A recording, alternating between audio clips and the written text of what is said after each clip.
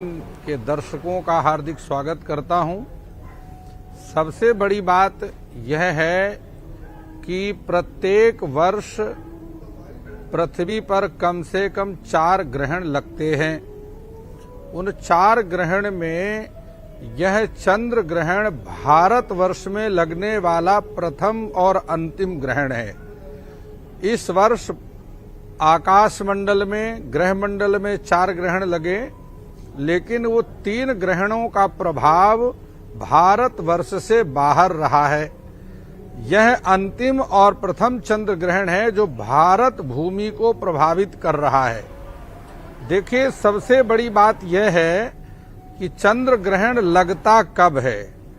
जब राहु अथवा केतु का ग्रह स्पष्ट चंद्रमा से 14 अंश के कम में आ जाता है तो ग्रहण की संभावना बनती है, और जब 10 अंश से भी कम में आ जाता है तो ग्रहण लगेगा, यह बात पक्की हो जाती है।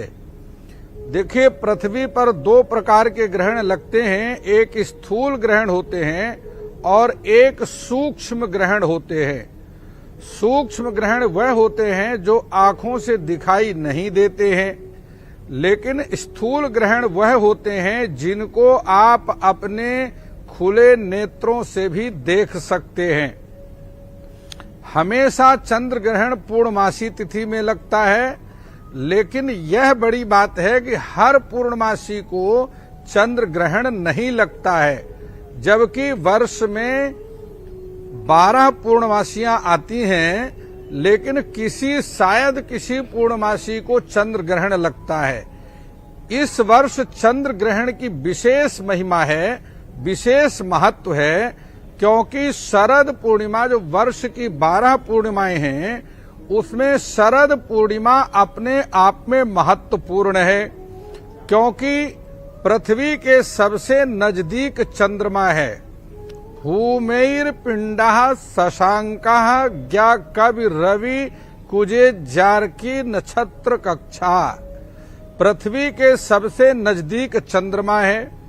भूमेर पिंडः शशांकः ज्ञा कवि, उसके ऊपर बुध है, फिर शुक्र है, फिर सूर्य है, फिर मंगल है, फिर बृहस्पति है, उसके ऊपर शनि है, और उसके ऊपर नक्षत्रों की कक्षाएं हैं।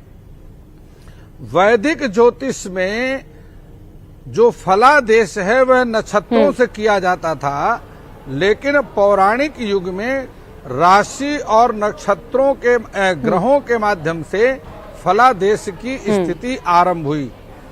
यह महत्वपूर्ण इसलिए है क्योंकि शरद पूर्णिमा में स्वयं चंद्रमा अपनी अमृतमयी किरणें पृथ्वी पर बिखेरते हैं, और वह अमृतमयी किरणें इस बार दुर्भाग्य की बात है वाले प्राणियों को प्राप्त नहीं होंगी। अन्यथा खीर बना करके और चंद्रमा की किरणों में रखने से वह अमृतमयी किरणें जो खीर पर पड़ती हैं और उसको प्रसाद रूप में भगवान को भोग लगाकर ग्रहण करने से स्वास्थ्य के लिए लाभकारी होती हैं, स्वास्थ्य वर्धक होती हैं। और संसार का सबसे बड़ा सुख किम सौख्यम नित्यम रोगिता जगति।